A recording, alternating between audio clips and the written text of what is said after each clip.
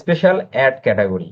Special ad category জিনিসটা হলো যেখানে যে বিষয়গুলো বলা আছে, declare if your ads are related to financial products and service, employment, housing, social issues, elections, or politics. To help prevent ad rejection, requirements differ by a country. আচ্ছা, এখানে যে বিষয়গুলো বলা আছে, এখানে যে আমরা ক্যাটাগরিতে যাই, এইখানে আমাদের চারটা অ্যাড ক্যাটাগরি আছে। একটা, দুটো, তিনটা, চারটা। Financial product and service, employment, housing, social issues, elections আর পলিটিক্স।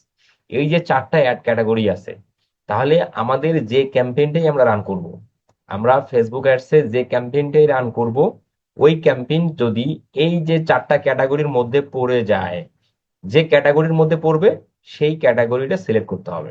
যেমন ধরেন, আমরা এই ক্যাম্পেইনটা রান করতেছি একটা ক্রেডিট কার্ডের উপর। ক্রেডিট কার্ড, বুঝছেন? Credit card. তাহলে এই যে ক্রেডিট কার্ড ক্যাম্পেইনটা, যে আমরা যে ক্রেডিট কার্ডের উপর যে ক্যাম্পেইনটা রান করতেছি, সেই ক্যাম্পেইনটা এখানে কোনো ক্যাটাগরির মধ্যে পড়ে কিনা, যদি পড়ে তাহলে সেই ক্যাটাগরিটা আপনাকে সিলেক্ট করতে হবে। তাহলে এখানে আপনি পড়ে নেবেন যে আমাদের পড়ে কিনা, যে অ্যাডস ফর ক্রেডিট কার্ড। তাহলে আপনি যদি ক্রেডিট কার্ড সংক্রান্ত ক্যাম্পেইন করেন, তাহলে এটাকে আপনাকে সিলেক্ট করতে হবে। আপনি যদি long term financing financing financing বলতে কি, এই যে টাকা পয়সা, এই যে এই ধরনের বিষয়বস্তুগুলো, লেনদেন, এই টাইপের বিষয়বস্তুগুলোর মধ্যে যদি ক্যাম্পেইন করেন, তাহলে এটাকে টিক মার্ক দিতে হবে। ঠিক আছে?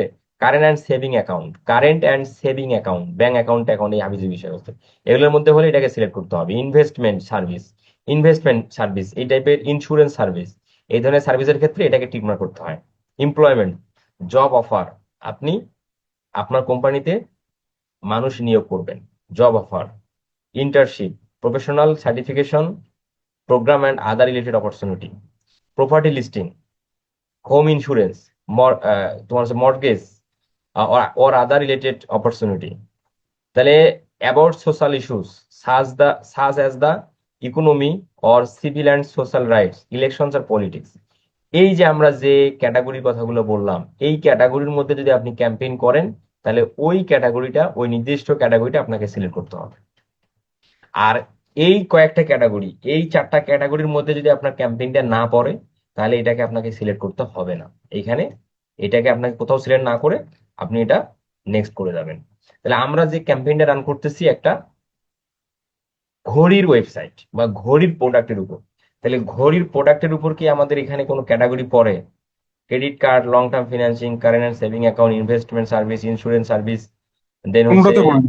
জব অফার, এই ধরনের যে সার্ভিসগুলো আছে, এগুলো কিন্তু আমাদের এই ঘড়ির উপর বিজনেসের জন্য পড়তেছে না।